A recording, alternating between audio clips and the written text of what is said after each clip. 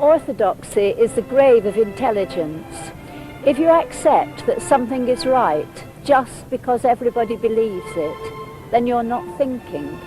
You have to look at other points of view and then make up your own mind.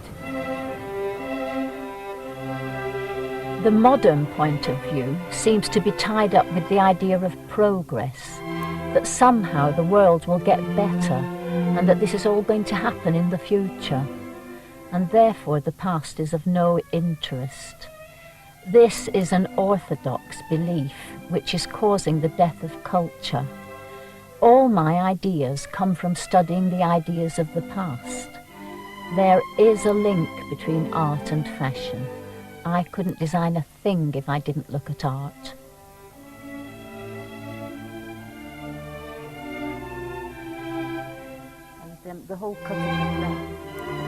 When I teach fashion to my students, the last thing I want them to do is look through fashion magazines, because then they can only copy the same thing all the others are doing. They have to escape the dogma. They have to look at ideas that have been neglected. Then they may find something of their own. If it's not exactly the same, it's incredibly similar to the one that Madame Cameo is wearing when she's on the chaise longue. That was the famous painting by David, which apparently she didn't like it because she didn't look sexy enough, but it's really great.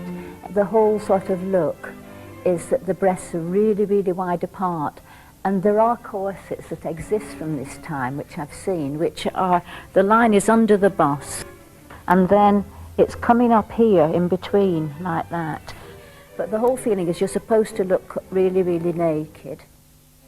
There are certain periods in history where political events seem to have a major impact on clothing, and one can perhaps think of a portrait like David's famous Madame Cameo in the Louvre, where she's reclining on a wonderful chaise longue, and she's dressed in this sort of beautiful, flimsy white muslin gown, again in the antique style, very high girdled under her bust. And instead of the high-piled hair of a few years before, her hair is curled and oiled very close to her head, very much in the antique style. And so that men and women, in a sense, wanted to reprise, if you like, the heroic days of ancient Greece and Rome through their clothing. Although social and political pressures can influence changes in fashion, the form it will take can never be predicted. The Greeks had many ways to belt the chiton, but the high-waisted version was the one that was copied in Madame Cameo's time. Maybe it was because of the emphasis it gave to the breasts. One of my students experimented with different ways of belting and draping the chiton.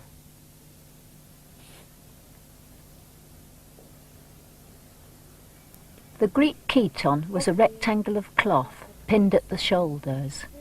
Through the draping of these simple rectangles, the Greeks expressed their individuality, nobility, virtue, morality, sexual allure. Because the cloth was arranged anew every day, the ways in which all the conventions could be broken and made personal were never-ending. The complexity is analogous to the deep psychological permutations of their mythology, where the gods provided a pattern for everything that could happen in life. We are tantalized by this golden age of noble expression, and its reference has always been incorporated into our language of clothes.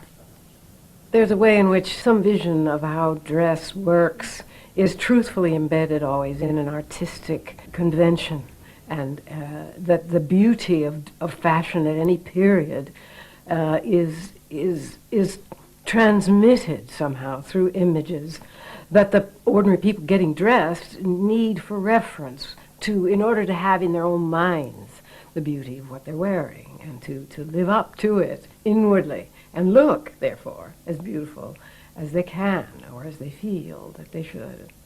I believe this to have been the case all along. That is, that since ancient Greece, when people were clad in those wonderful folds, in order to know what the effect was that they were getting, they had to look at the statues that the artist had made of them in their wonderful clothes.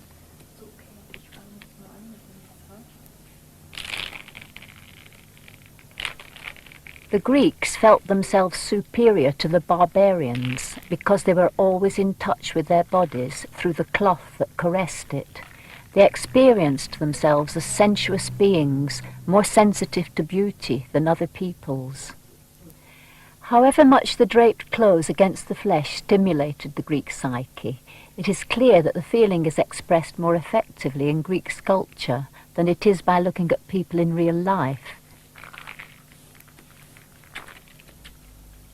In the neoclassical period of Madame Recamier, after the French Revolution, there was a rumour that people wet their clothes to look more like Greeks. There's no evidence for this, but it had the conviction of truth. My student could not make her draped chiton look like the statues, so she tried it.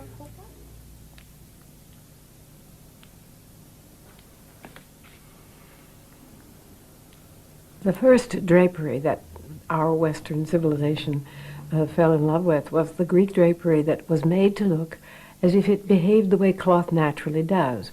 Some ideal of naturalness was invented for the drapery by those Greek sculptors. And it starts, of course, with fairly decorous folding in ways that fabric folds. But then you get the fabric beginning to flutter and float and fly off and separate itself from bodies and form shapes over to one side, or indeed to form shapes behind what is essentially a nude figure. The use of drapery in Western civilization, in art and in fashion, is a way of showing how nature has caught up with art. That is, what we think of as the natural way for cloth to be has been adopted from an artistic convention of drapery that was started by those Greeks, but was particularly expounded after the Renaissance by the Baroque people in art, who would fling the fabric around the painting, even if it was taking place in a forest. Suddenly, 80 yards of taffeta would be emerging from nowhere and covering the rock on which Diana sat. And you sort of look at this and think, well, now, did she roll it up and carry it with her and fling it on the tree before she sat down and all of this? And it has a curious look. Or someone is standing out in the woods with his wife and daughter, let's say, near to where his house is, in perfectly magnificent clothing. And this bunch of fabric is coming down on one side of the painting, hanging from nowhere. And going and adding, you see, this air of being, a desirable, sumptuous, even spiritually enlivening element. This is what fabric became through art, and initially through Greek art, that somehow there is an elevation of us all, of our souls, in the use of it. It's got moral superiority.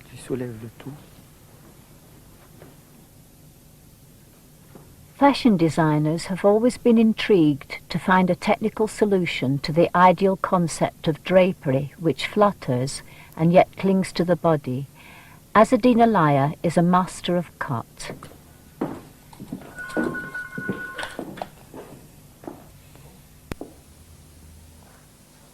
He has created dresses which we would call classic.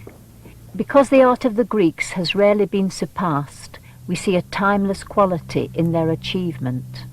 I suppose, like so much else, it begins with the Renaissance, this idea that you shouldn't actually paint people in the details of their everyday clothing because the portrait would date. And that therefore you would have to, if you wanted your portrait to last, to be a lasting memorial, and to be more than just a kind of assemblage of textiles, if it was to be more than that, then the idea grew up that you would be a good idea to be painted in something that was like a flowing drapery or something of that kind, whereby the character and the personality would be revealed, and people wouldn't look at the portrait and say, oh, this was painted in 1710 because the costume, and so on, tells us it's 1710, that the flowing draperies would make sort of people forget about the costume and just concentrate on the person. This is a sculpture of George Washington, done in 1840. Time has a way of exploding most theories. Nevertheless, one particularly clever device for representing Greek clothing in art has titillated our suspension of disbelief. The chemise, that most intimate garment, could pretend to be Greek.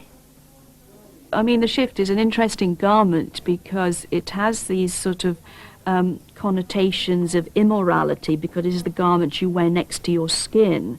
But it's also white, and that means purity too.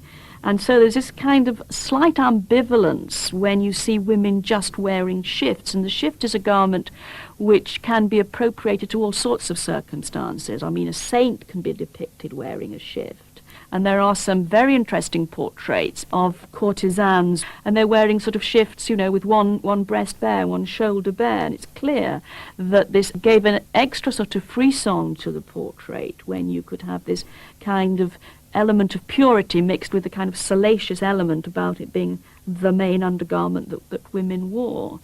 But it can be used for a variety of ways. I mean, in Botticelli's famous painting of the Primavera, which is in the Uffizi of the 1470s, there's a detail of the three Graces, and they're wearing what at first glance looks just like a sort of floating bits of silk drapery. When you actually get closer to the painting, you can see that what they're wearing are light silk shifts, and indeed in the central figure of the group of the three Graces, you can see Botticelli's painted the detail of the collar trimming and the fact that she slipped one arm out of her shift. And it's just tiny detail which shows a way in which a great artist will get the effect of drapery, but by using a real garment and to use it in an imaginative way. So just in the same way that a Renaissance artist will use the shift to represent either an actual person as a courtesan, or it could be used to represent the goddess Flora, for example. You need to sort of trim it up with a few flowers, you know, holding in her hands.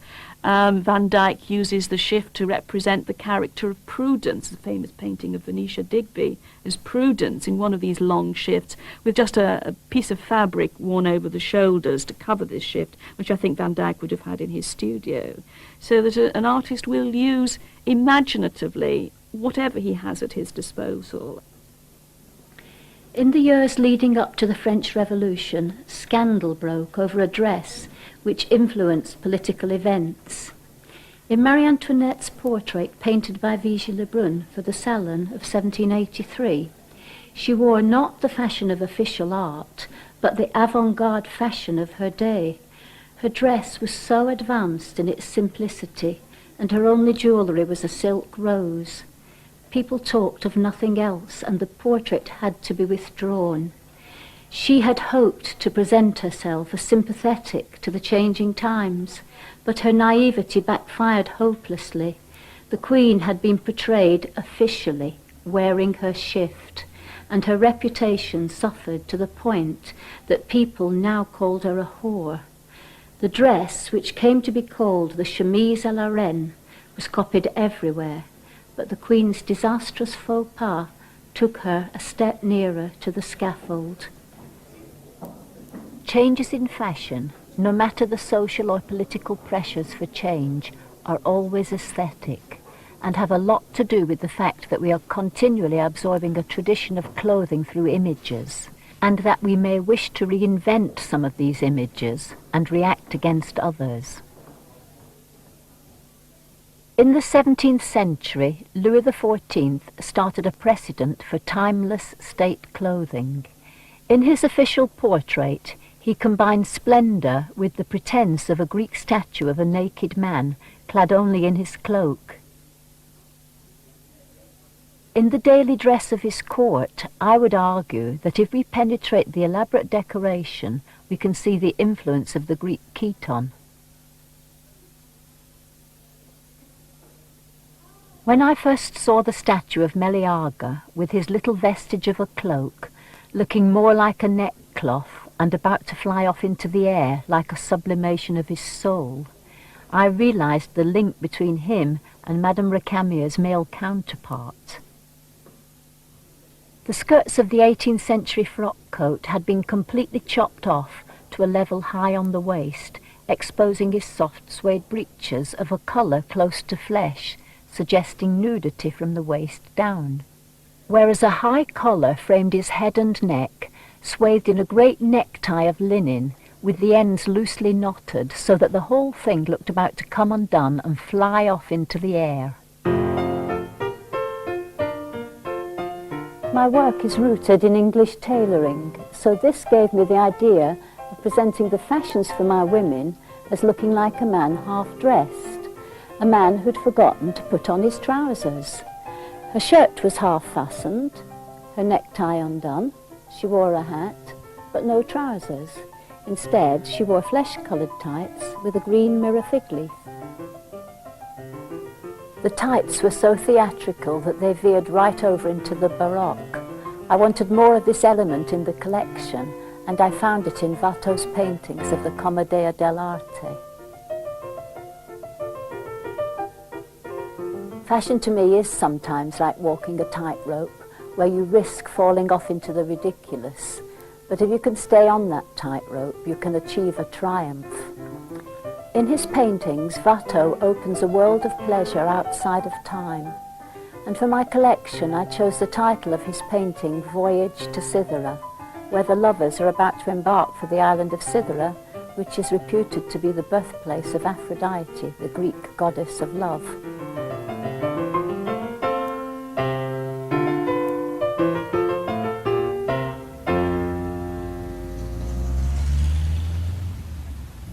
Despite the constant change in fashion, suits for men have hardly changed in the last 2 centuries. England is the home of tailoring. Standards are still set and maintained by Savile Row. I went to see the tailor, Doug Hayward.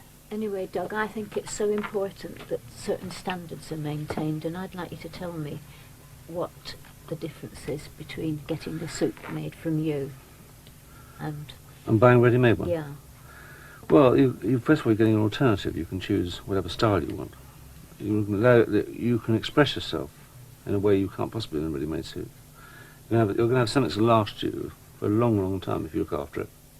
Tell me what you mean about you can express yourself. Well, people have an idea of themselves, of what they should, how they should look, and how they should present themselves. And often that's very difficult to do and clothes can help that a lot. Doug fitted this one on Friday, and what I'm doing now is I'm pressing all the fitting marks out of it, but also keeping the shape that the tailor's put it in the workshop. The most important thing is a person's got to feel right.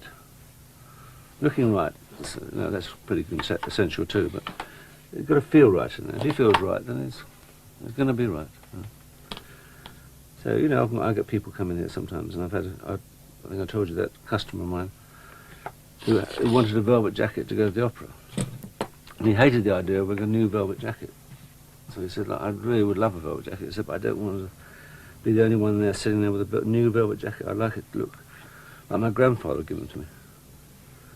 So I said, fine. So I measured him up. And he was about my size, and I wore it for about 3 weeks before I gave it to him. So it was slightly crushed at the elbow, and there was a bit of spaghetti bolognese on the lapel, and he was thrilled to bits. If you think of costume as the mirror of society, you're up against it when you look at tailored suits, since here they still are.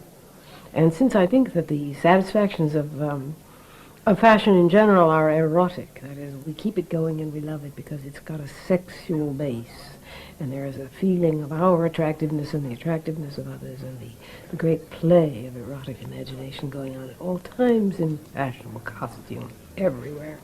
And this suit, which was invented in the 18th century, was a very wonderful way of accommodating the ideal neoclassical view of the moment, which was the perfect nude body of the male, into a costume system to recreate nakedness from ideal classical nakedness into a respectable masculine costume, and that the beauty of the costume is then in the structure and texture, just as the beauty of the body is in its lovely surface and lovely composition. So, therefore, this suit of clothes for men, starting, of course, with a fairly naked look, in the form of those pantaloons of doe skin, which did outline the body, and where you had to worry if your paunch was too big and your legs too skinny, which you had never had to worry about in the days of Louis, or indeed after that, during all the other Louis later.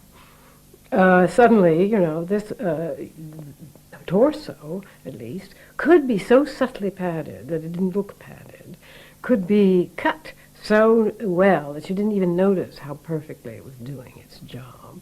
And you would then have a kind of noble, natural hero under there, half Adam, half Apollo, and a third half English country gentleman, which is, of course, the sort of tradition from which it was all stolen.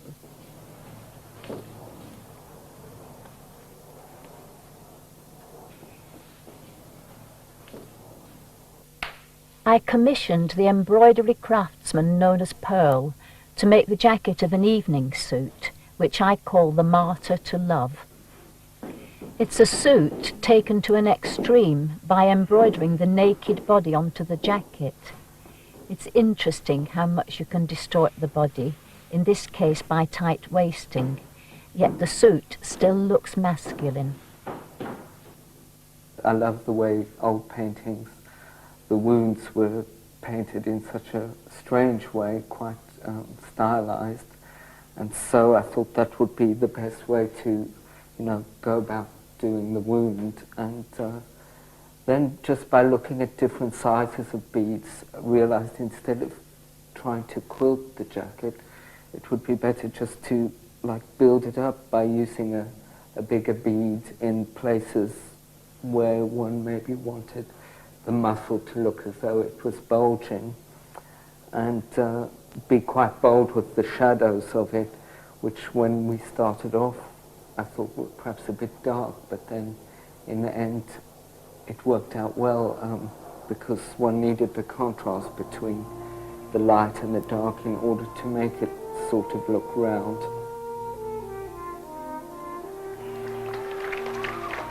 Men haven't always worn a jacket and trousers.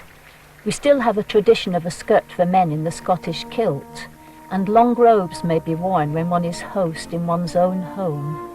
It's great for our men to have this diversity of expression. The garment which I consider the pinnacle in men's dress is the juste corps, a coat from the 18th century when men wore silk stockings and knee breeches. The modern suit suits best men with good bodies. A fat, ill-proportioned man cannot hide his defects in a suit. He will look like a barrel. In previous centuries this was not the case. Clothes did a different job. They were cut with a dynamic flourish that expanded gesture and esprit, and a fat man looked as good as a thin one. Size and shape and physical constitution were a part of character. This portrayal of Socrates is in keeping with the respect people had for his character and intellect. The cult of the body, which we practice today at the expense of the intellect and the emotions, was not an obsession with the Greeks. They aspired to the ideal beauty of the body in its clothing in art. But this was only a part of the richness and diversity in life. We should not forget this when we view the tradition that stems from them. Nobility, virtue, morality. If clothes can't express our higher aspirations as human beings, then they are not doing their job.